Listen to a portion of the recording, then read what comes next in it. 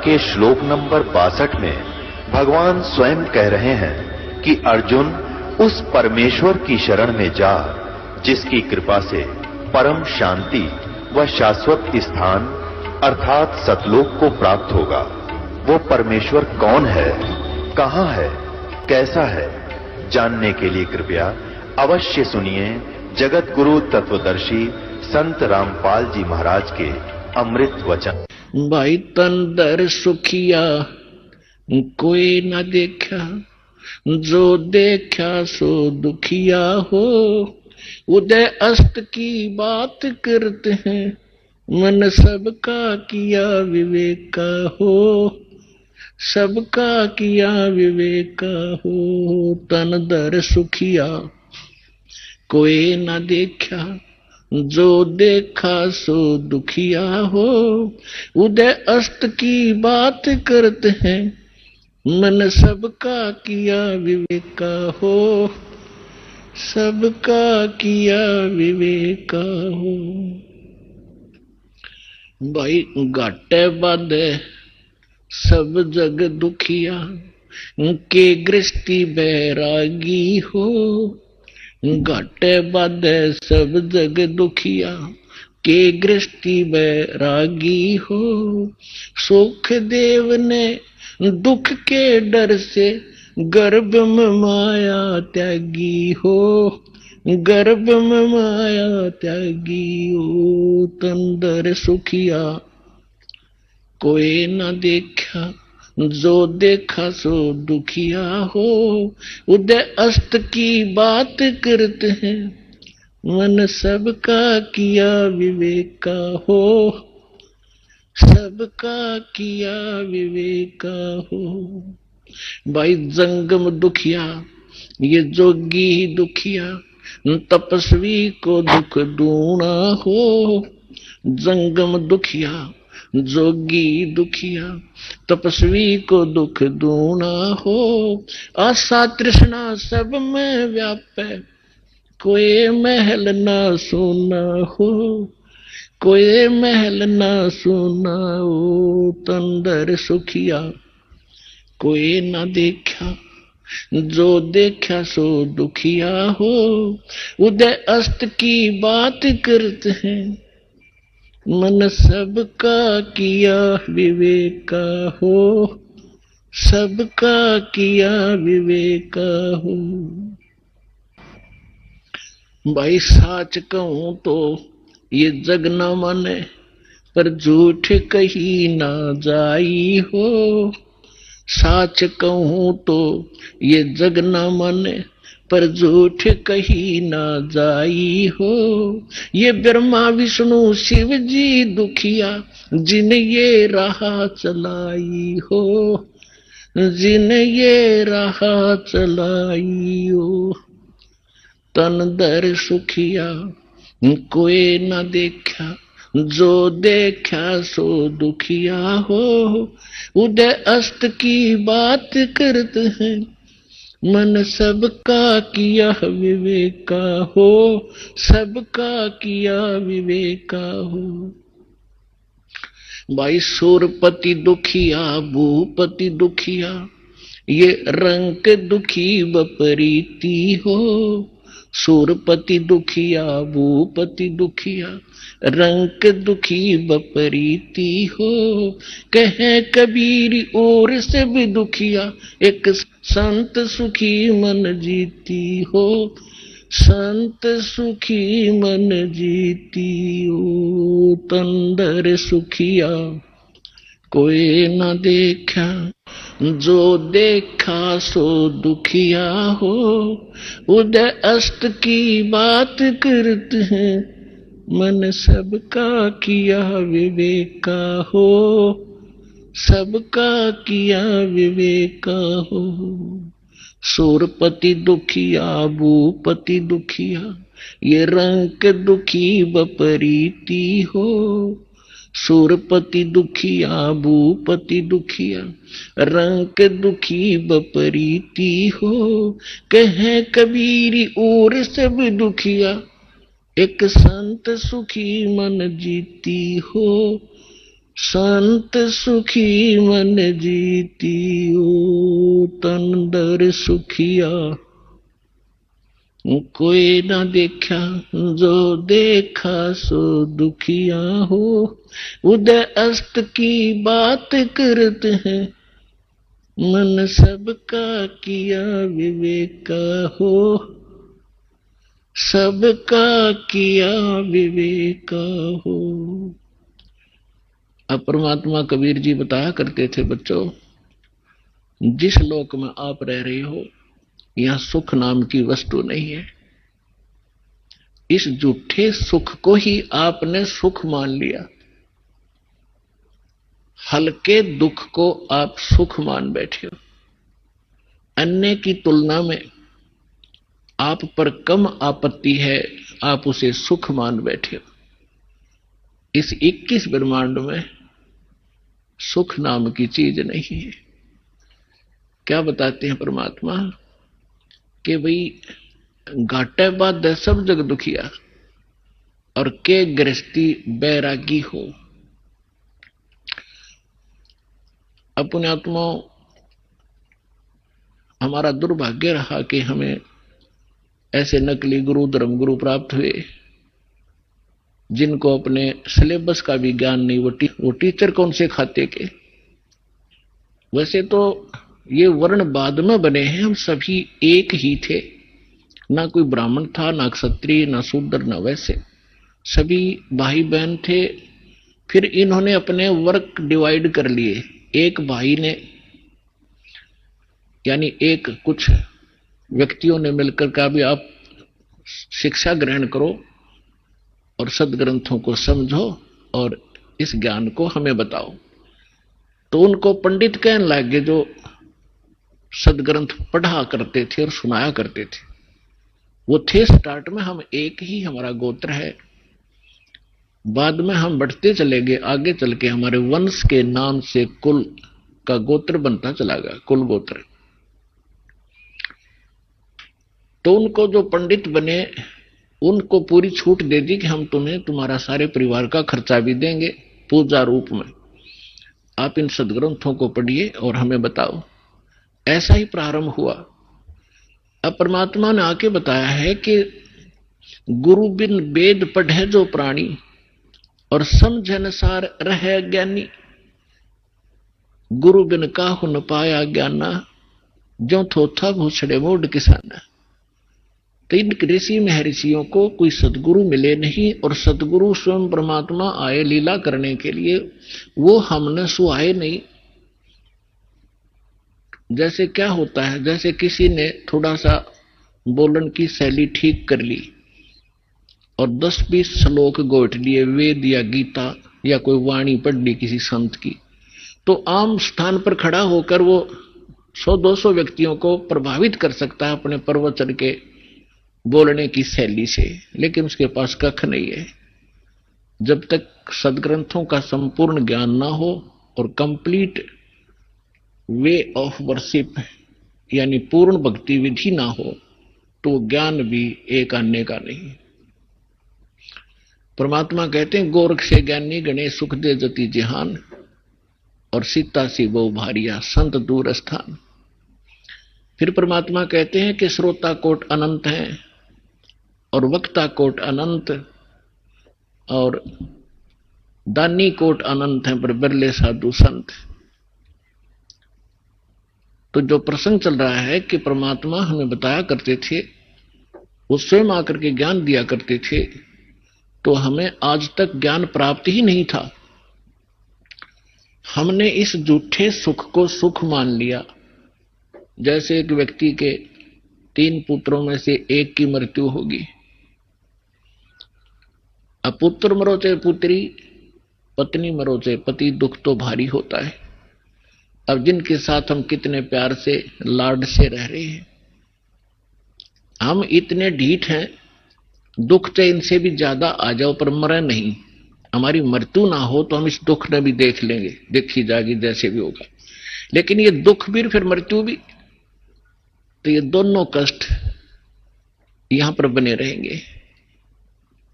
तो उसके एक पुत्र की मृत्यु होने से बुरा हाल था, ना खा रहा था, ना पी रहा था, सारा परिवार रो रहा था। शोक व्यक्त करने के लिए कुछ व्यक्ति जाते हैं, उनमें से एक व्यक्ति ऐसा था जिसका एक ही पुत्र था, वही मृत्यु को प्राप्त हो चुका था कई वर्ष पूर्व। तो सांत्वना देने वालों ने कहा कि देख भाई, या तो मृत्यु एक ना एक दिन सबकी आनी है, और देख इसको देखकर जी ले, इसका एक ही पुत्र था और उसी की मृत्यु होगी, ये भी अपना समय व्यतीत कर रहा है। फिर उस व्यक्ति को जिसका पुत्र तीनों में से एक मृत्यु को प्राप्त हुआ था, तो उसको थोड़ा सा सांत्वना हुई, हौसला हुआ, ये सोचकर कि भगवान इससे तो मैं भी सुखी, मेरे दो तो बच गए। फिर वो ठीक हो गया, रोटी खा ली, थोड़ा सा गम दूर हुआ। अब खाक सुख हो गया, क्या पुत्र वापस आ गया वो? तो परमात्मा कहते हैं झूठे सुख को सुख का है, ये मान रहा मनमोद, ये सकल जबीना काल का, कुछ मुख में कुछ बोध। और फिर परमात्मा हमें याद दिलाते हैं कि जो सुख सथल है उसका तुम्हें ज्ञान नहीं है, क्योंकि आज तक तुमने वो सूक्ष्म वेद प्राप्त नहीं हुआ।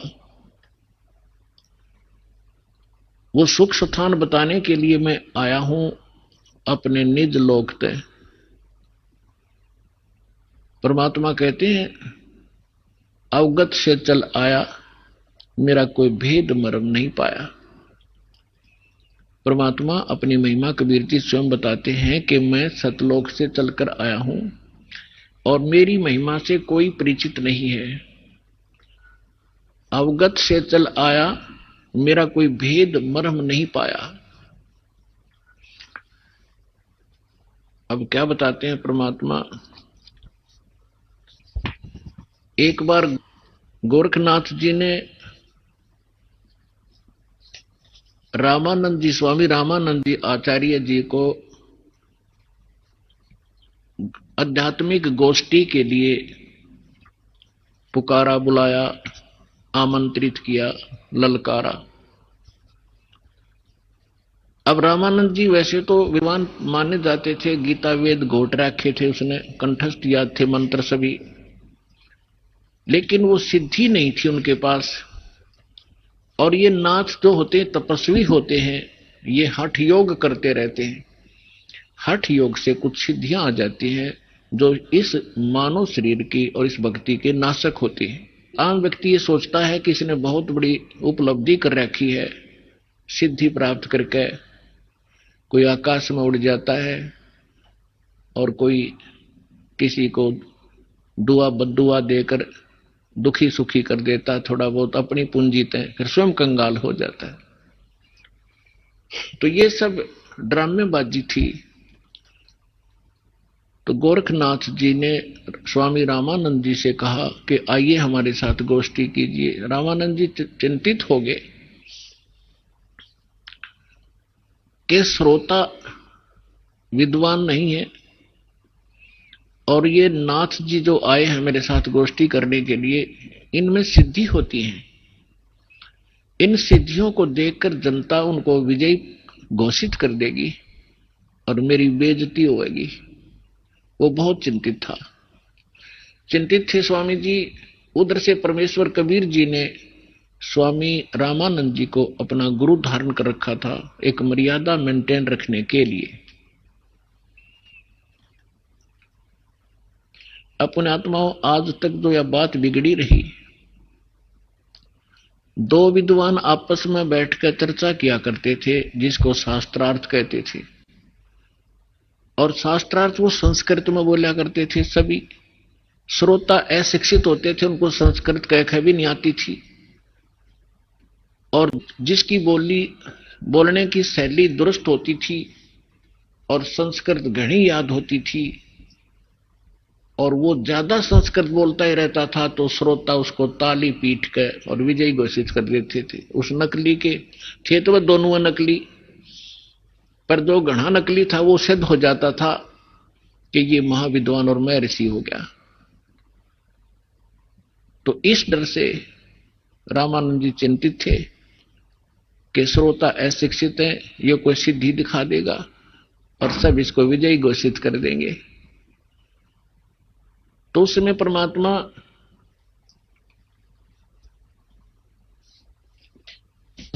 कबीर जी जब अपने गुरुदेव के आश्रम में पहुंचे,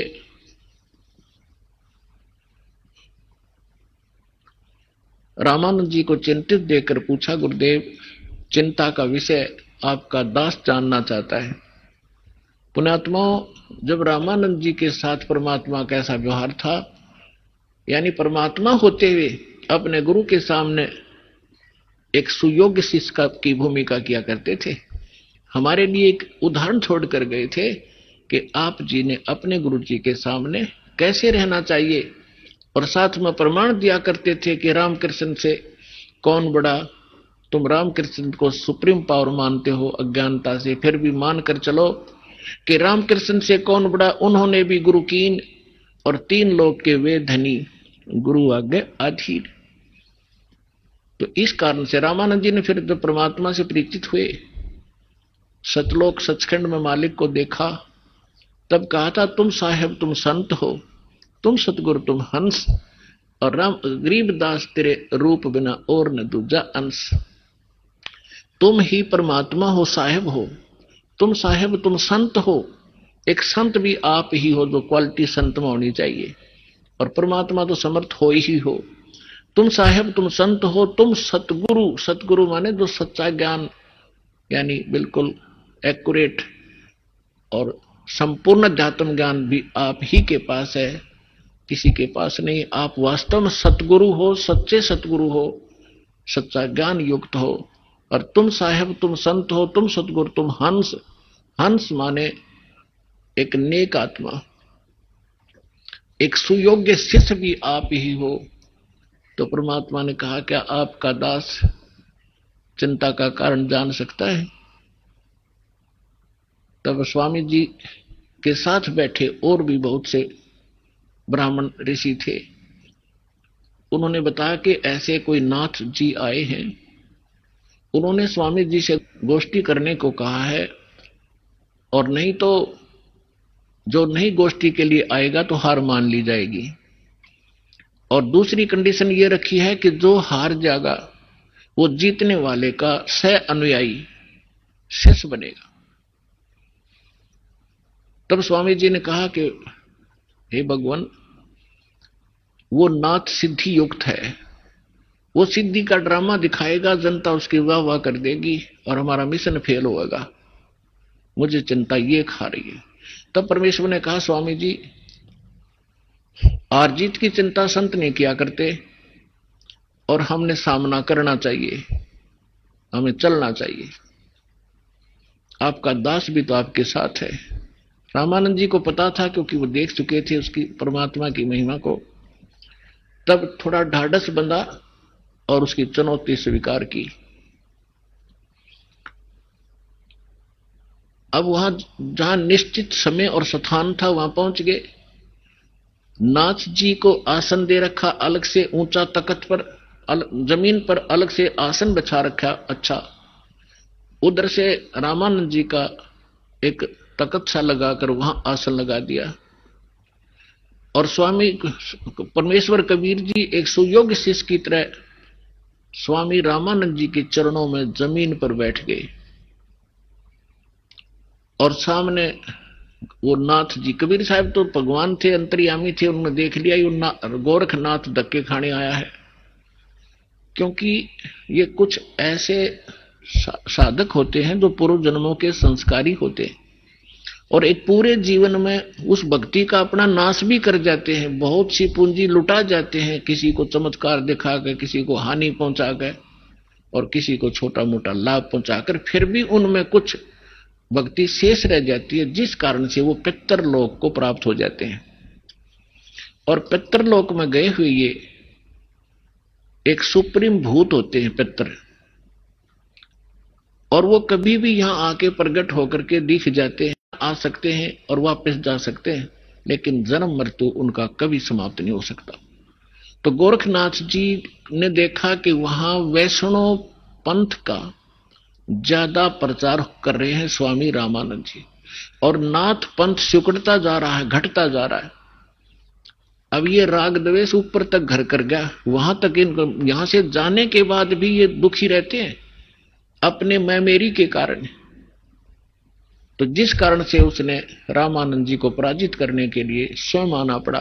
हालांकि गोरखनाथ जी बहुत पहले अपने मानव शरीर का जो एक कर्म था पूरा करके जा चुके थे। तो परमात्मा ने देख लिया कि तो गोरखनाथ है, अपने वो तो जानी जान थे।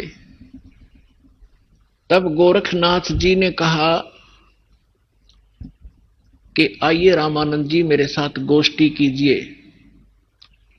तब परमात्मा एक बालक थे छोटे से 10-12 वर्ष की आयु के लीला कर रहे थे। उस समय जब गोरखनाथ जी गोष्ठी करने के लिए आए थे, तब परमात्मा खड़े हुए कबीर जी और कहा कि नाथ जी पहले मेरे से गोष्ठी कीजिए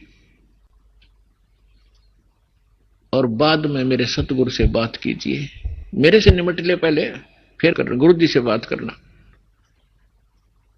आप गोरखनाथ जी इस बात से बड़ा दुखी हुआ कि अरे कबीर, तू छोटा सा बालक, तेरी आयु क्या है और तू गोष्ठी करेगा मेरे साथ? पता है मैं कौन हूं? कबीर साहब ने बता दिया कि मुझे मालूम आप कौन हो, आप गोरखनाथ हैं। इस बात से उसको बड़ा झटका लगा कि छोटे से बालक ने मुझे पहचान लिया। फिर गोरखनाथ जी ने कहा कि आपकी आयु क्या है? परमात्मा बोले कि सबसे बड़ा मूर्ख वो है जो मेरी आयु मुझे बालक बता रहा है।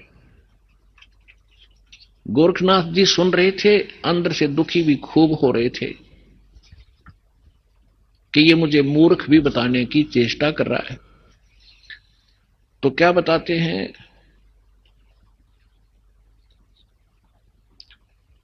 अब परमात्मा की वाणी में लिखा है, वो थोड़ा पढ़ के सुनाता हूं आपको। योगी गोरखनाथ प्रतापी, तासों तेज पृथ्वी कापी, काशी नगर में 100 पग धरही, रामानंद से चर्चा करही। चर्चा में गोरख जय पावे, कंठी तोड़े तिलक छुड़वावे। सत्य कबीर शीश जो भयऊ, ये वृंतांत सो सुन लेऊ। गोरखनाथ के डर के मारे, बैरागी नहीं भेख संवारे। तब कबीर आज्ञा अनुसारा, वैष्णो सकल रूप संवारा। सो सुध गोरखनाथ जो पायो, काशी नगर शीघ्र चल आयो। रामानंद को खबर पठाई, चर्चा करो मेरे संग आई। रामानंद की पहली पौड़ी, सत कबीर बैठे तिस ठोरी। तब कबीर आज्ञा अनुसारा, वैष्णो सकल रूप संवारा। कहे कबीर सुनो गोरखनाथा, चर्चा करो हमारे साथा। प्रथम चर्चा करो संग मेरे, पीछे मेरे गुरु को टेरे। बालक रूप कबीर निहारी, तब गोरखनाथ ऐसे वचन उचारी। परमात्मा को बालक रूप में देखकर फिर गोरखनाथ जी ने ये वचन बोले, कबीर जी कब के वहे बैरागी। कि तू छोटा सा बालक और कब से तू बैरागी बन गया? क्योंकि ये वैष्णव परंपरा के जो, या नाथ परंपरा के हैं, वैष्णव परंपरा के हैं, या कोई भी एक ग्रुप है इन साधु संतों का, ये अपनी एक पहचान अलग बनाते हैं। जैसे नाथ कई तो कान पड़वा लेते हैं, उनको कनपाड़े नाथ कहते हैं। कई जैसे वैष्णव है वो एक कंठी रखते हैं, एक तुलसी के मनिए की, एक तुलसी के लकड़ी का मन का, और एक धागे में बांध कर लटका कर रखें, जिससे वैष्णव परंपरा से दीक्षित होने की वो प्रतीक होता है। और एक लंबा सा तिलक लगाते हैं, टिक्की लगाते हैं। और जैसे साधु संत एक हाथ में फावड़ी रखते थे, ऐसे बैठकर साधना करते हैं उसके हठ योग के लिए। नीचे एक टी टाइप की एक लकड़ी का डंडा सा होता है, अंग्रेजी के अक्षर टी टाइप। तो परमात्मा रामानंद जी के शिष्य थे। उस दिन जानबूझकर एक साधु संत का रूप बनाकर, जैसे वैष्णव संत साधु भक्त होते हैं, कंठी गले में तिलक पूरा लगा रखा और टोपी पहन रखी और कंठी माला सुमरनी और वो सारा कुछ ले रखे, फावड़ी सी। अब परमात्मा बोले मेरी उम्र बताऊं क्या है। राम, ये नाथ जो होते हैं भगवान शंकर के पुजारी होते हैं, तो क्या बताते हैं कबीर जी,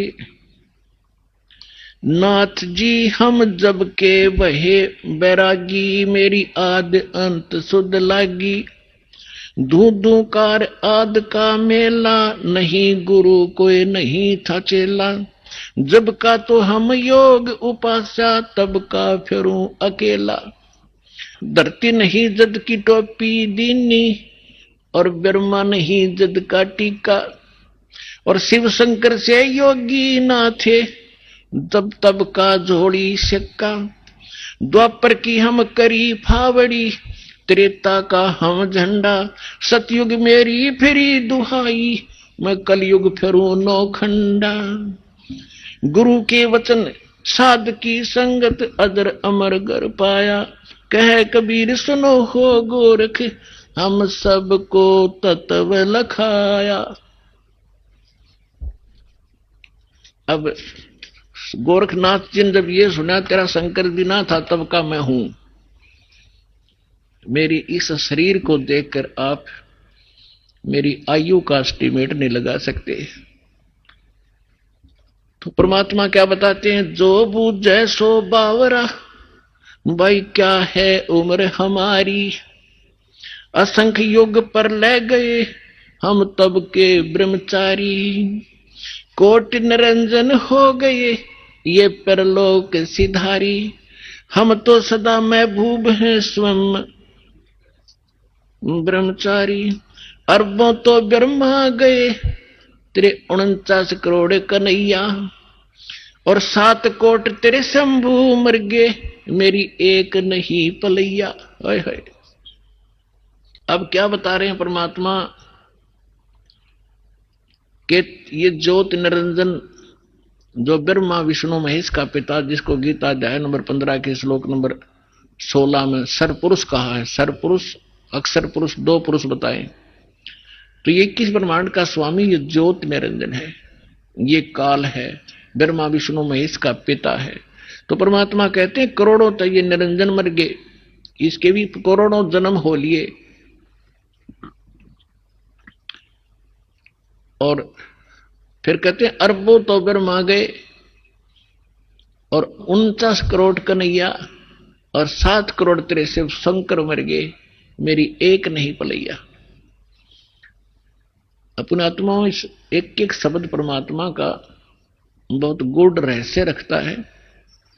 जैसे ब्रह्मा जी की 100 वर्ष की आयु है, उसकी आयु कैसे बनती है, 100 वर्ष कैसे बनते हैं, जैसे ये सतयुग त्रेता द्वापर कलयुग 4 युग का एक चतुर्युग होता है, इसमें 43,20,000 कुल वर्ष होते हैं अपने मनुष्यों के वर्ष, और ऐसे ऐसे 1000 चतुर्युग का ब्रह्मा जी का दिन, इतनी ही रात्रि, फिर 30 दिन रात का 1 महीना और 12 महीने का वर्ष ऐसे बने हुए, और फिर 100 वर्ष की आयु ब्रह्मा जी की। ब्रह्मा जी की से 7 गुना विष्णु जी की आयु अधिक है, और विष्णु जी से 7 गुना शंकर भगवान की। तो यहां परमात्मा क्या बता रहे हैं, अरबों तो ब्रह्मा गए 49 करोड़ कन्हैया तेरे विष्णु जी, और 7 करोड़ तेरे शंभू मर गए मेरी एक नहीं पलैया, मेरे जीवन की एक पल भी नहीं घटी। अर्थात परमात्मा अविनाशी हैं, और ये बता रहे हैं कि इतने ब्रह्मा विष्णु महेश भी नाशवान है। इस बात पे नाथ जी दुखी हो गए कि ये हमारे भगवानों को अजरो अमर है, ये तो इनको नाशवान बता रहे हैं।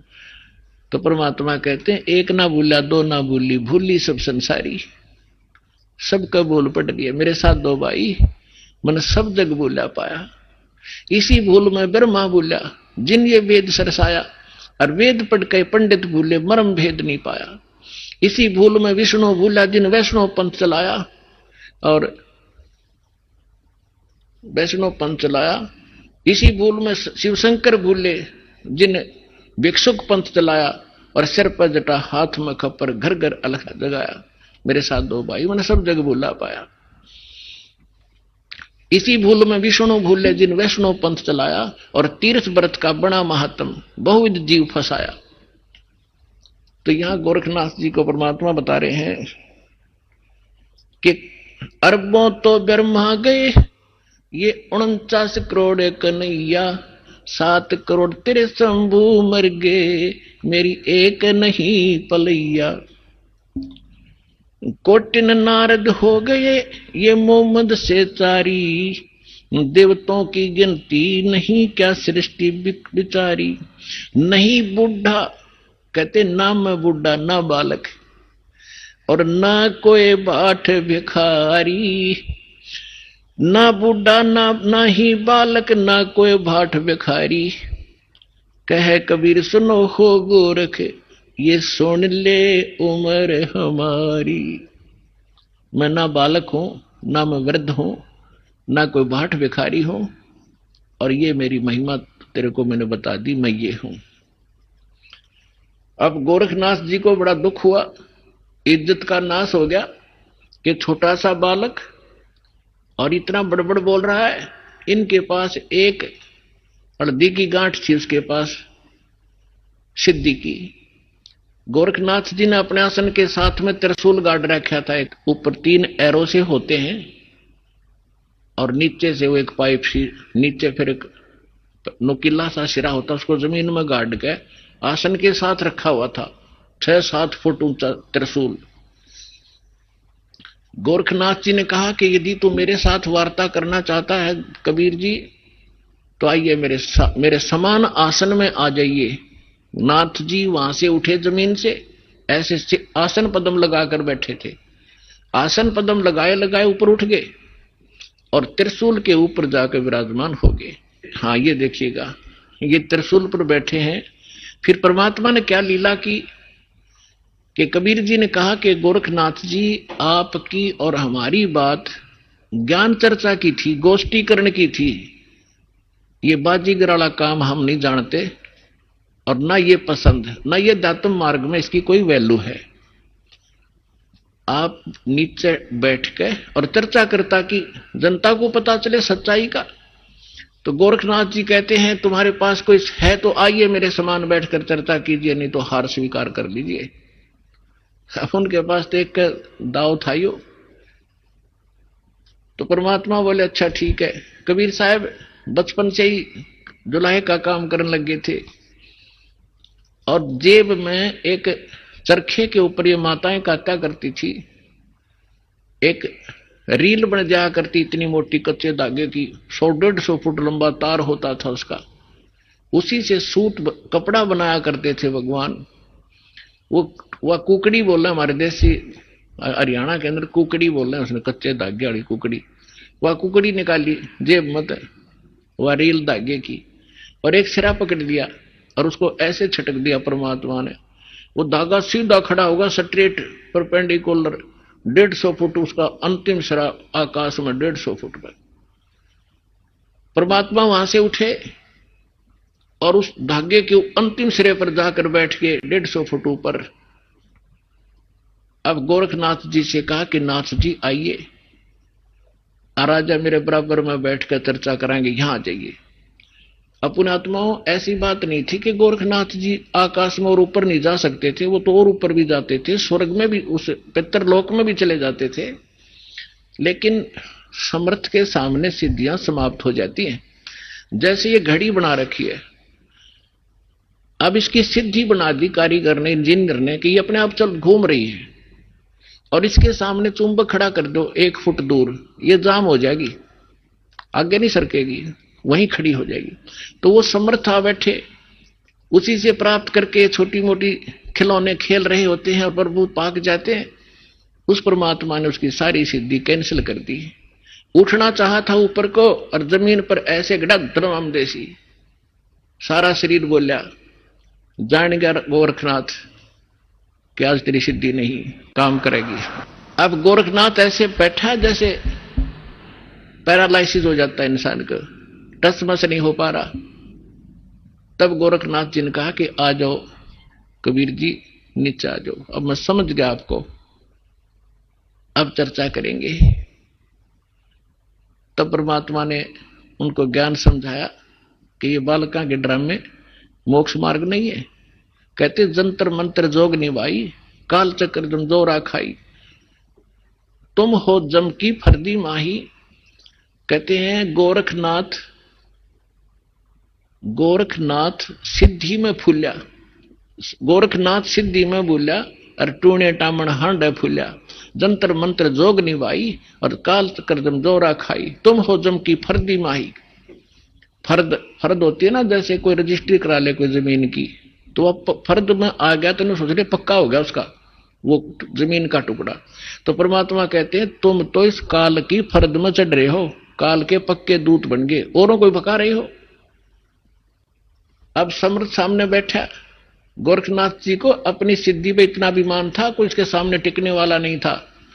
एक बार अपने गुरुदेव के कहने से कोई चिंता थी उनको, लंबी कहानी वो हट फिर से बताएंगे। एक पहाड़ को सोना बना दिया था सिद्धि से, पहाड़ को सोना, और अपने गुरुदेव के टुकड़े हुए शरीर को जीवित कर दिया था। ऐसी सिद्धि थी। और उस समय परमात्मा के सामने वो सारी सिद्धि फेल होगी। जैसे कल आपको सुनाया था, परासिद्धि पूर्ण पटरानी सतलोक की कहूं निशानी। वो परमात्मा समर्थ है, सब सिद्धियों का से युक्त है, सिद्धियां उसकी दासी है, और उसी की भक्ति करके हम छोटी मोटी राहत प्राप्त करके यहाँ ऋषि और महर्षि और देवता बन जाते हैं। तब गोरखनाथ जी ने काफी कुछ समझा, लेकिन यो मन जल्दी से हार नहीं मानता। अब देखिए ये चित्र देखिएगा, परमात्मा गोरखनाथ जी त्रिशूल पर बैठे हैं और परमात्मा ने फिर धागा फेंका ऊपर, उसके ऊपर के सिरे पर बैठ के जाकर। अब ये चित्र में बहुत कम दिखाई दे रहा है, लेकिन ये बहुत बड़े, ये बनाया नहीं जा सका इतना ऊंचा, तो कबीर साहब बहुत ऊपर थे। तो गोरखनाथ जी ने कहा कि भगवान मैं एक जांच और करूंगा आपकी। परमात्मा बोले भाई वह भी कर ले कि चलो दरिया गंगा के किनारे चलते हैं और मैं दरिया में डुबकी लगाऊंगा, यदि आप मुझे खोज लोगे दरिया में तो मैं आपका शिष्य बन जाऊंगा। परमात्मा बोले चल भाई।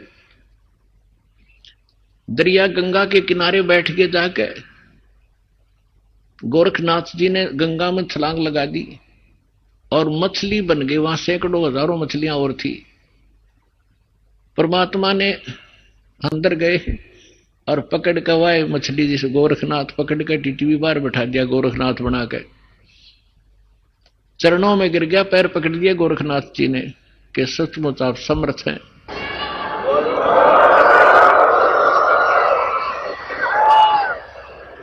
तब गोरखनाथ जी ने कहा, हे परमात्मा आप कौन हो?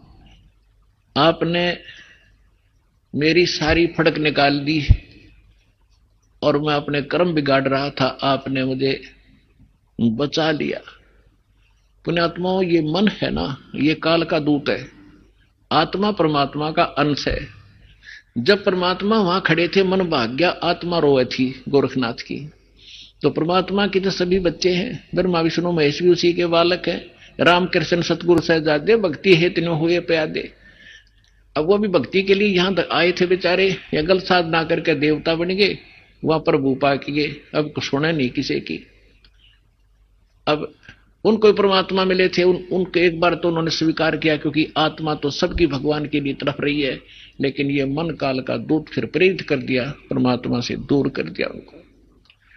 कबीर साहब कहते हैं, श्वेत भूमि का हम गए जहां विष्णु विशंबर दास और हरियम हीरा नाम देकर चेला की न्यादास। हम बैरागी ब्रह्मपद सन्यासी महादेव और सोहम मंत्र दिया शिव जी को करे हमारी सेव।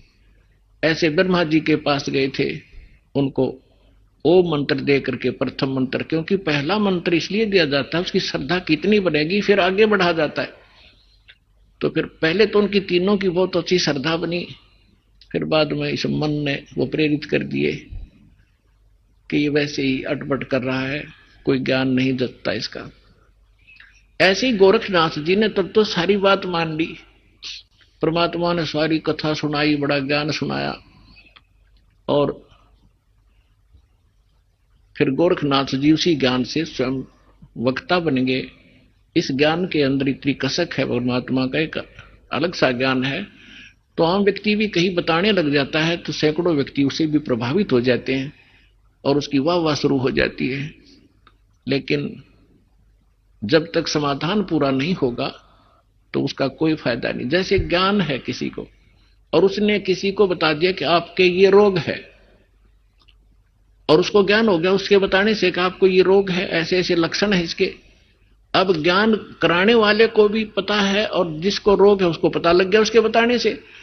आइए अब हम उन श्रद्धालुओं के अनुभव जानते हैं जो जगत गुरु तत्वदर्शी संत रामपाल जी महाराज जी से दीक्षा प्राप्त कर चुके हैं तथा उनके द्वारा बताए गए भक्ति मार्ग पर चल रहे हैं। नमस्कार जी। नमस्कार सर जी। क्या नाम है बहन जी आपका? महक दासी। बहन जी आप कहाँ के रहने वाली हैं? गांव झांसा, डिस्ट्रिक्ट कुरुक्षेत्र, तहसील पेवा की रहने वाली हूँ। बहन जी संत रामपाल जी महाराज से नाम दीक्षा आपने कब ली? मैंने 18 सितंबर 2013 में नाम दीक्षा ली संत रामपाल जी महाराज से। बहन जी संत रामपाल जी महाराज से नाम दीक्षा लेने से पहले क्या आप कोई भक्ति साधना भी करती थी? हाँ जी, हम राधा स्वामी पंथ से जुड़े हुए थे। मेरे मम्मी पापा 30 साल से राधा स्वामी पंथ से जुड़े हुए थे। तो मेरी मम्मी 15 साल से पाठी की सेवा कर रही थी। वहां पे उन्हें जितनी सेवा वो वहां करके आती थी, घर आके उतना ही घर में कलेश, पैसों की इतनी तंगी थी, बहुत परेशान थे, घर में इतनी लड़ाई झगड़ा, पैसे एक एक पैसे के लिए रोते थे। 10 रुपए की अहमियत भी हमें पता चलती थी कि 10 रुपए क्या होते हैं। इतने हम दुखी हो चुके थे इस पंथ में जुड़ के। पर हम किसी को ये नहीं कह सकते थे कि हम इतने परेशान हैं या कुछ, हम किसी को ये नहीं बता सकते थे। हमने देवी देवताओं की पूजा करी। मेरे पापा का एक्सीडेंट हुआ, ट्रेन एक्सीडेंट हुआ, मेरे पापा का टांग कट गई उनकी। फिर भी लोग ये कहते थे कोई नहीं, पर बचा लिया इनको, बाबा जी ने बचा लिया। हम पर इतने दुखी थे, इतना घर में कलेश, हम बिल्कुल बेरोजगार ही हो गए थे। मेरे पापा घर बैठ गए थे, चंडीगढ़ एडमिट रहे इतना टाइम। फिर उनकी जब टांग ठीक हुई तो फिर उसके बाद वो उनकी बॉडी की सारी नसें ब्लॉक हो गई थी, वो बेड पे बिल्कुल हो गए थे, बाथरूम सब कुछ बीच में ही होने लग गया था। इतने परेशान थे, रोटी खानी उनको उठा के बिठा के फिर उनको खाना खुना खिलाना पड़ता था। बहुत ज्यादा दुखी हो चुके थे हम। फिर हम उनके मेरे पापा जैसे ही मेरे पापा का एक्सीडेंट हुआ था, हमारी शॉप थी, स्वीट हाउस था, तो हमारा काम बिल्कुल ठप हो गया। हलवाई भी छोड़ के चला गया, बहुत ज्यादा काम, 10 रुपए की सेल भी नहीं रह गई थी हमारी दुकान पे। घर से ही लेके खा रहे थे जो भी खाना था। तो मेरा भाई जॉब करता था, वो अप डाउन करता था, करनाल जाना कहीं भी जाना। तो हमने सोचा वो दुकान सेल कर देते हैं तो हम कुरुक्षेत्र में घर ले लेंगे। तो हमने वो दुकान सेल करके हमने कुरुक्षेत्र में घर लिया। बहन जी तो फिर आप संत रामपाल जी महाराज की शरण में कैसे आए? हम संत रामपाल जी महाराज की शरण में यूं आए, जब हम शिफ्ट हुए थे जिस दिन, मेरे पापा काम तो करते नहीं थे, वो घर ही बैठे रहते थे। तो जैसे ही गली में वो बैठ जाते थे, जैसे ही हम शिफ्ट हुए थे तीसरे दिन ही मेरे पापा बाहर बैठे थे, तो वो आगे भगत जी, उन्होंने बताया कि ऐसे ऐसे राधा स्वामी पंथ ये है वो है, गलत बताने लगे कि वो वहाँ ज्ञान सही नहीं है, भक्ति सही नहीं है, काल के नाम दिए जाते हैं, वो भक्ति बिल्कुल गलत है, आप बिल्कुल काल के मुंह में जाओगे, आप भक्ति सही भक्ति नहीं कर रहे, संत रामपाल जी महाराज की शरण में आओ। तो मेरी मम्मी, जब मेरे पापा ने आके घर बताया कि के बारे में गलत बोल रहा है, तो मेरी मम्मी ने कहा उस बंदे को घर नहीं पढ़ने देना, वो घर नहीं आना चाहिए वो बंदा। मैंने उस बंदे को देखना भी नहीं है कि वो घर गुरुजी हमारे बाबा जी की निंदा करता है। वो रोज आता, रोज मेरे पापा को समझा के जाता। पुस्तक दी उसने, मेरे पापा पुस्तक पढ़ते थे 3 महीने तक। वो फिर मेरी मम्मी कहने लगी एक बार चलो उसको लेके आओ, कहता क्या है। वो बताता था कि आपकी सारी तंगी, आर्थिक तंगी ठीक हो जाएगी, आपको सारे सुख मिलेंगे, कोई तंगी नहीं रहेगी, शारीरिक सुख, आर्थिक सुख, मानसिक, सब प्रकार के आपको सुख मिलेंगे संत रामपाल जी महाराज की शरण में आने से। तो जैसे ही वो, फिर मेरी मम्मी ने कहा उनको एक बार घर लेके आना। जब वो भगत जी हमारे घर आए तो हमें ज्ञान समझाते रहे 3 महीने। वो भगत जी हमको ज्ञान समझाते रहे कि ऐसे ऐसे परमात्मा आए हैं, ये भक्ति है। संत रामपाल जी महाराज ये भक्ति शास्त्र अनुसार भक्ति कराते हैं कि ये सही भक्ति क्या है, वेदों में क्या लिखा है, कुरान में क्या लिखा है, शास्त्रों में क्या लिखा है। तो बाइबल में, ग्रंथ साहिब में क्या लिखा हुआ है कि परमात्मा कौन है। राधा स्वामी पंथ में हमें यही बताया जाता था कि परमात्मा निराकार है, बूंद सागर में जाके समा जाती है, उनका सिर्फ प्रकाश है, वहां पे कोई परमात्मा नहीं है। तो फिर वो ऐसे बता के हमें जाते थे। अचानक ऐसे हुआ, जैसे मेरी मम्मी को कहा, फिर मेरी मम्मी पापा मान गए नाम लेने के लिए कि हम नाम ले लेते हैं। तो भगत जी को घर बुलाया कि ऐसे नाम लेना है। गुड़िया रोई जा रही है कि उसने नाम लेना है, उसके मन में पता नहीं क्या हो रहा है कि मैंने नाम लेके आना है। जब हम अगले दिन संत रामपाल जी महाराज की शरण में जब हम गए, तो जब हम आश्रम में गए, इतना अच्छा माहौल वहां पे, सारे कह रहे थे भगत जी करके, इतने प्यार से आदर से बुला रहे थे। वहां निःशुल्क नाम दीक्षा मिली हमें, खाना पीना सब कुछ निःशुल्क था और देसी घी का भंडारा होता था वहां पे। वहां ऐसा माहौल हमें कहीं भी देखने को नहीं मिला। संत रामपाल जी महाराज की जब शरण में गए हम, तो जब हम लाइन में, जब दर्शनों की लाइन में लगे, तो हमें संत रामपाल जी महाराज ने जब दर्शन दिए, सिर पे हाथ रखा। जब मेरी मम्मी के सिर पे हाथ रखा तो मेरी मम्मी के सिर पे ऐसी चक्की, मम्मी कहती ऐसी चक्की घूमी कि इतना सिर से जैसे पता नहीं टनों वजन मेरा सिर से हल्का कर दिया परमात्मा ने। मेरी मम्मी ने कहा कि गुरुजी, हम संत रामपाल जी महाराज, जब हम राधा स्वामी पंथ से जुड़े थे 30 साल से, तो संत रामपाल जी महाराज ने कहा, बेटा तुम काल के जाल से बच के आए, परमात्मा ने तुम्हें निकाल लिया वहां से। हम ऐसे संत रामपाल जी महाराज की शरण में आए। बहन जी, संत रामपाल जी महाराज से नाम दीक्षा लेने के बाद क्या आपको कोई लाभ भी प्राप्त हुए? हाँ जी सर, संत रामपाल जी महाराज की शरण में आने से पहला लाभ तो मुझे ये हुआ, मैंने कोई गुरु नहीं बनाया था। प्रथम गुरु मेरे संत रामपाल जी महाराज थे और आखिरी गुरु भी संत रामपाल जी महाराज ही हैं, क्योंकि इन्होंने मुझे गुरु के बारे में कुछ नहीं पता था कि गुरु होता क्या है, ये गुरु क्यों बनाते हैं। गुरु होता है वो हमें इतने सुख दे सकता है, हमें मोक्ष करा सकता है। मेरे को सतलोक के बारे में कुछ नहीं पता था, ये स्वर्ग क्या होता है, सतलोक नरक, कुछ नहीं, मेरे को इस बारे में कोई जानकारी नहीं थी। मेरे को संत रामपाल जी महाराज की शरण में आने से ही सारी जानकारी मिली है कि मोक्ष क्या होता है, ये नाम क्या होते हैं, ये काल के नाम है, ये नाम कैसे होते हैं, इनसे क्या सुख मिलता है, क्या नहीं मिलता। ये हमें संत रामपाल जी महाराज की शरण में आने से मेरे को मिला। सबसे पहला लाभ तो मुझे यही मिला। संत रामपाल जी महाराज की शरण में आने के बाद मेरी मम्मी की थायराइड की प्रॉब्लम ठीक हो गई थी। मेरी मम्मी थायराइड की गोली खाती थी, 8-10 साल से मेरी मम्मी थायराइड की गोली खा रही थी। वो संत रामपाल जी महाराज ने नाम लेने से वो मेरी मम्मी की दवाई बंद होगी, अब वो ठीक है। थायराइड की प्रॉब्लम उन्हें उसके बाद कोई प्रॉब्लम नहीं आई। तीसरा लाभ मुझे ये मिला, मेरी शादी के बाद मेरे पास बेबी नहीं था, मेरे को डेट की प्रॉब्लम थी। तो मैंने उस दिन मैं बहुत परेशान थी, मैं दवाइयां कर करके थक गई थी। मैं इतनी दुखी हो गई थी कि मैं दवाई खाना, मेरे को एक जहर लगता था कि मैं दवाई खा रही हूँ, मेरे से खाई नहीं जाती। मैं संत रामपाल जी महाराज की अरदास करती थी कि परमात्मा मेरी दवाई छुड़वा दो, मेरे से दवाई नहीं खाई जाती। मैं इतनी थक गई थी दवाइयों से, इतने धक्के खा चुकी थी डॉक्टरों के 2 साल से। तो फिर मैंने उम्मीद छोड़ दी कि मैंने दवाई नहीं खानी, जो करना संत रामपाल जी महाराज ही करेंगे, अपने तो डॉक्टर ही वही हैं। तो एक दिन हमारे घर भगत जी आ गए, सुरेश भगत जी इस्माइलाबाद के हैं।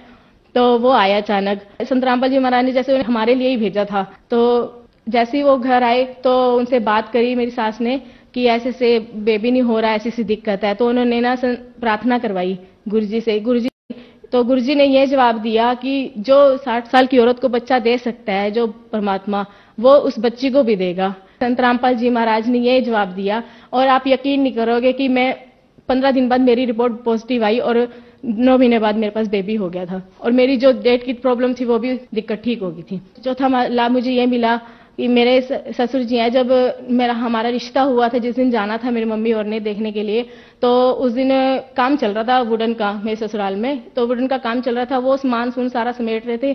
तो ना पौड़ी पे चढ़े हुए थे, वो पौड़ी स्लिप करती थी, पर वो पौड़ी से फर्श गिला था, पैर चप्पल गिल्ली होने की वजह से ना वो पौड़ी से पैर स्लिप हो गया और उनकी एड़ी की हड्डी क्रैक हो गई। तो डॉक्टर ने बोला कि आपका ऑपरेशन हो गया। वो पहले उनको अंबाला ले गए, वहां मेहंदी रहता डॉक्टर, उन्होंने कहा आपका ऑपरेशन किया जाएगा। 1-2 और डॉक्टर को भी अंबाला में दिखाया, फिर चंडीगढ़ भी लेके गए 1-2 बार, पर वहां पे कोई इनको राहत नहीं मिली। उन्होंने कहा कि आपका ऑपरेशन ही होएगा।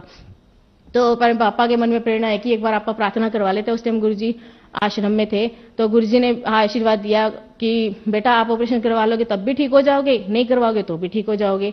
जैसे ही प्रार्थना का जवाब आया था तो थोड़ी देर बाद मेरी सास ने कहा कि ऐसा करो, आप एक बार चल के तो देखो, 1-2 कदम चल के तो देखो। जब गुरुजी ने, संत रामपाल जी महाराज ने कहा है कि आप आराम आ जाएगा, ऑपरेशन के बिना ही आराम आ जाएगा, तो फिर आप चल के देखो। जैसे ही मेरे पापा चलने लगे, 2-4 कदम रखे, उनको दर्द कुछ नहीं महसूस हुआ और वो सही चलने लगे। और उसके बाद आज 5 साल हो गए हैं मेरी शादी को, अब तक ठीक है वो, उनको कोई दिक्कत नहीं आई है। नहीं तो डॉक्टर ने ऑपरेशन बोल दिया था, वो भी ऑपरेशन में रिस्क बोला था कि आप ठीक हो सकते हो कि नहीं हो सकते हो, कोई गारंटी नहीं है इस चीज की। और छठा लाभ मुझे ये हुआ था कि मेरे पास ससुर जी ने ना शॉप सेल करी थी हमारी रिलेशन में। तो हमारे ना पैसे उसने दिए नहीं, 2.5 साल हो गए थे, 8 लाख रुपए थे, हमारी पैसे नहीं मिल रहे थे। हमने कितनी बार उसको बोला, पापा बहुत दुखी होते थे, परेशान होते थे, रकम छोटी नहीं थी, परेशानी बहुत ज्यादा हो रही थी कि कैसे मिलेंगे हमें पैसे। हम उसको इतना बोलते थे, वो कहता मेरे पास अभी नहीं है, प्रॉपर्टी बहुत मंदी हो रही है, मैं नहीं दे सकता अभी। तो वो कहता था ये शॉप ले लो। तो फिर मेरे पापा कहते थे नहीं हम नहीं लेते ये वाली शॉप। तो हमारी दुकान के सामने थी, जो हम दुकान हमारी है उसके सामने ही शॉप थी। तो फिर वो पापा प्रार्थना करवा लेते हैं गुरु जी को, परमात्मा तो सारे काम संवार देते हैं। तो मेरे पापा ससुर जी बोले, कहते करवा ले प्रार्थना। फिर मैंने एक दिन प्रार्थना करा ली, उनको बताए बिना ही मैंने प्रार्थना करवा ली। तो गुरु जी ने बोला था कि कोई बात नहीं, परमात्मा दया करेंगे। सेवा भी जमा करा दी। फिर 1-2 महीने बाद ही परमात्मा ने हमें वो दुकान ही दिलवा दी। हमें थोड़े पैसे और डालने पड़े, हमारे पैसे परमात्मा ने वापिस दिलवा दिए। और वो पैसे हमें पता नहीं चला कहाँ से आए। हमने गाड़ी भी ली नवी, तो गाड़ी के लिए भी हमने लोन करवाया, उस दुकान के लिए भी लोन करवाया था। वो लोन बंदा खुद चल के हमें लोन के कागज देने आया। हम नहीं तो खुद लोन करवाना हो तो बैंक हमें खुद जाना पड़ता है। वो उसके मन में परमात्मा ने पता नहीं संत रामपाल जी महाराज ने क्या प्रेरणा करी, वो बंदा चल के खुद हमारी दुकान पे वो हमें पेपर पकड़ाने आया। तो एक और लाभ ये है कि मेरे पित्ते में पथरी थी, जो डॉक्टर ने मुझे कह दिया था, जितने भी डॉक्टर थे मेरे को यही कहते, जिनके पास गई मैं, उन्होंने मेरे को ये बताया कि आपके पित्ते में पथरी है, आपका ऑपरेशन ही होगा, गॉल ब्लैडर निकाल दिया जाएगा, तो इसका और कोई इलाज नहीं है। और उसके बाद कोई खाने में इतनी दिक्कत, सब कुछ इतनी दिक्कत, इतनी मैं ये सोच के घबराती थी कि क्या बनेगा मेरा, मैं कुछ भी खाऊंगी मेरे को दिक्कत रहेगी। क्योंकि मेरी रिलेशन में कई ऐसे हैं तो जिन्होंने ऑपरेशन करवाया और वो बहुत दुखी हैं। तो मैं बहुत दुखी होती थी। मेरी डिलीवरी भी ऑपरेशन से हुई थी, मेरे को बहुत परेशानी थी कि मैं अब नहीं ऑपरेशन करवाना चाहती, जो करेंगे गुरु जी ठीक करेंगे। मैंने गुरु जी को प्रार्थना कराई, गुरु जी ने कहा कि परमात्मा भक्ति करो, अपने परमात्मा दया करेंगे। तो मेरी डिलीवरी के महीने बाद ही मेरे को इतनी दर्द उठ गई थी, महीने बाद दर्द उठती थी, वो मेरी दिनों दिन बढ़ती चली गई। रोज मेरे को दर्द रहने लगी, खाना पीना मेरा हराम हो गया था कि मैं 1 मिनट भी, अगर एक निवाला रोटी का भी गले से नीचे उतर है ना, तो मेरे को दर्द उसी टाइम शुरू हो जाती थी कि मैं क्या खाऊं, मैं भूखी मर जाती थी। अपने बच्चे को फीड देनी, मैं इतनी परेशान हो जाती थी, मैं करूँ तो करूँ क्या। बस संत रामपाल जी महाराज आप ही मेरे को ठीक करो, मैं तो बहुत परेशान हो गई हूँ। तो जैसी मेरी दर्द इतनी बढ़ गई, 2-3 दिन तो मेरे से कुछ नहीं खाया गया। हम डॉक्टर पास गए इंजेक्शन लगवाने दर्द का, तो उन्होंने कहा कि आप ना वहाँ कुरुक्षेत्र दिखा लो, डॉक्टर को, अग्रवाल डॉक्टर है वहाँ पे दिखाओ। उन्होंने कहा, फिर उनसे राय ली, उन्होंने कहा स्टंट डलेगा आपका। तो स्टंट डलने के बाद आपको पित्ता निकाला जाएगा, क्योंकि मेरी जो गॉल ब्लैडर की पथरी थी वो नली में फंस गई थी और इसकी वजह से जॉन्डिस हो गया था। जॉन्डिस की वजह से मेरी हालत ज्यादा खराब हो गई थी, दर्द इतनी रह रही थी, वो सूज गई थी। 4.2 mm की नली थी और पथरी फंसने की वजह से 9.4 mm की हो गई थी नली। तो उसकी वजह से इतनी दर्द होती थी, उसी वजह से ही मेरे से खाया पिया नहीं मुझसे जाता था। जब हम डॉक्टर पास गए, डॉक्टर ने कहा कि आप पंचकुला जाओ, वहां पे स्टंट डलेगा, स्टंट डलने के बाद आपका ऑपरेशन किया जाएगा। तो फिर हम वहां गए, वहां पे हम स्टंट डलवा के आए। स्टंट डलवाने के बाद मेरी दर्द तब भी खत्म नहीं हुई। वो नली में से पथरी जरूर निकल गई, पर मेरी दर्द नहीं गई, स्वेलिंग जो थी उसकी वजह से मेरी दर्द नहीं गई। तो जब हम आए, एडमिट रही 4 दिन मैं अग्रवाल हॉस्पिटल में, बहुत ज्यादा परेशान होगी मैं। डॉक्टर ना आगे टालते गए कि आपकी डेट आगे रख देंगे, आप हफ्ते बाद आ जाना। उन्होंने कहा ऑपरेशन कर देते, मैं कहा नहीं, मैंने ऑपरेशन नहीं कराना, मेरा मन इतना था मैं ऑपरेशन नहीं कराऊंगी, जो करेंगे गुरु जी ठीक करेंगे, मैं दर्द सहन कर लूंगी, पर मैं ऑपरेशन नहीं करवाऊंगी, मैंने नहीं अपना ऑपरेशन करवाना दोबारा। तो फिर मेरे फादर इन लॉ ने, पता नहीं परमात्मा ने क्या प्रेरणा करी कि जैसे जिस दिन हमने फिर स्टंट निकलवाना था, लास्ट दिन था स्टंट निकलवाने का, आखिरी डेट आई थी, तो मेरी सास के मन में प्रेरणा है कि चलो एक बार अल्ट्रासाउंड करवा लेते हैं, क्या रिपोर्ट आएगी। तो उन्हें फिर वहां जब गए हम कुरुक्षेत्र अल्ट्रासाउंड करवाने, तो मेरी गोल ब्लैडर में स्टोन एक भी नहीं था और मेरा गोल ब्लैडर बिल्कुल क्लियर था। मैं इतनी खुश हुई, परमात्मा के दंडवत प्रणाम किए संत रामपाल जी महाराज के आगे कि संत रामपाल जी महाराज आपने बहुत दया की। मैं इतना रोई संत रामपाल जी महाराज के आगे, परमात्मा ने मेरे ऊपर बहुत दया करी। जब हम आए घर, तो अगले दिन हमने वहां जाना था पंचकुला जब हम गए तो वहां पे डॉक्टर को रिपोर्ट दिखाई। डॉक्टर तो हैरान हो गए कि पित्ते की पथरी निकल गई है और बिना ऑपरेशन के निकल गई है। तो हमने कहा हम संत रामपाल जी महाराज की शरण में जुड़े हुए हैं, उन्होंने ही हमारी पथरी निकाली है, नहीं तो हमने तो ऑपरेशन ही करवाना था। फिर हम स्टंट निकलवा के घर आए, उसके बाद मैं बिल्कुल ठीक हूँ, मेरे को कोई दिक्कत नहीं है। मैंने अल्ट्रासाउंड भी करवाया था, मेरी रिपोर्ट बिल्कुल नॉर्मल आई है, कोई दिक्कत नहीं है संत रामपाल जी महाराज की, जैसे ये परमात्मा ने, संत रामपाल जी महाराज ने मुझे सुख दिए।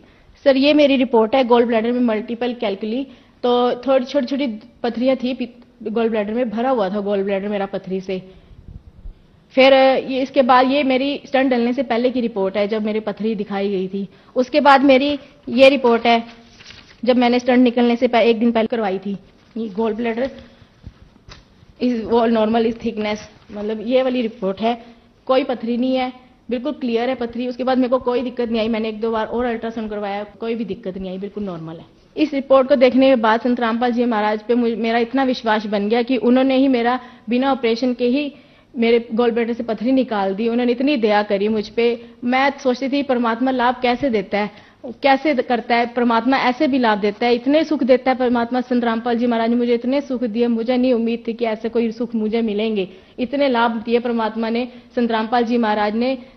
अगर मैं सुबह से शाम हो जाएगी, मैं आपको ये लाभ बताते बताते, इतने छोटे छोटे लाभ दिए परमात्मा। मन की इच्छा सारी पूरी करते हैं। जो हम सोचते थे कि ऐसा कोई परमात्मा है जो हमारी इच्छा पूरी करता होगा, संत रामपाल जी महाराज वही परमात्मा ही है। संत रामपाल जी महाराज जिन्होंने मुझे इतने सुख दिए, और आज उनके गुणों का उनका गुणगान करती फिरती हूँ कि यही संत रामपाल जी पूर्ण परमात्मा है और इस धरती पर आए हुए हैं। जैसा कि आपने बताया कि पहले आप राधा स्वामी पंथ में जुड़े हुए थे, वहां आपने बहुत सारी भक्ति साधना की, वहां आप बहुत ज्यादा परेशान भी रहे, आपके फादर भी बहुत ज्यादा बीमार रहे, लेकिन आप लोग संत रामपाल जी महाराज की शरण में आए तो आपने बताया कि आपकी पथरी बगैर ऑपरेशन के संत रामपाल जी महाराज ने ठीक की।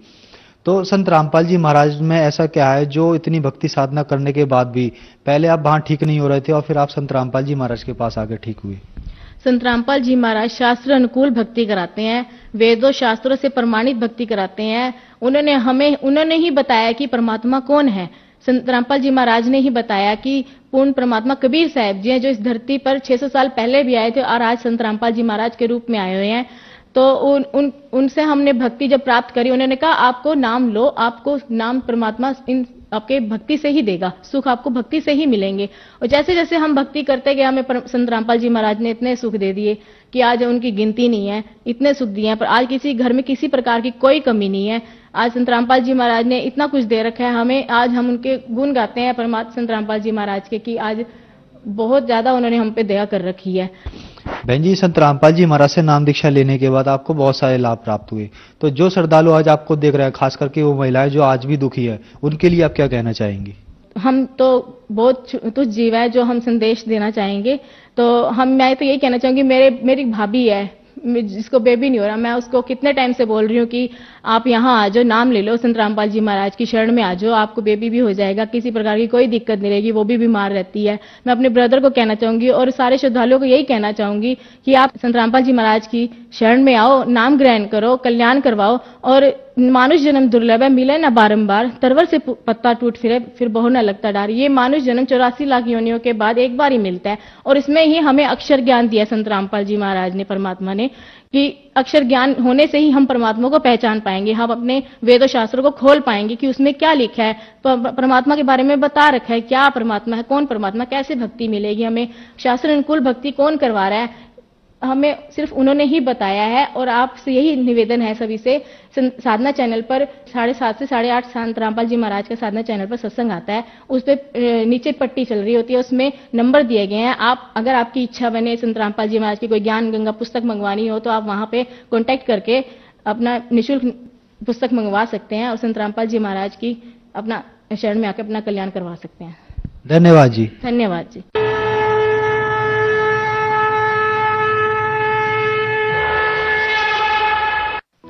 आप सुन रहे थे जगत गुरु तत्वदर्शी संत रामपाल जी महाराज के मंगल प्रवचन।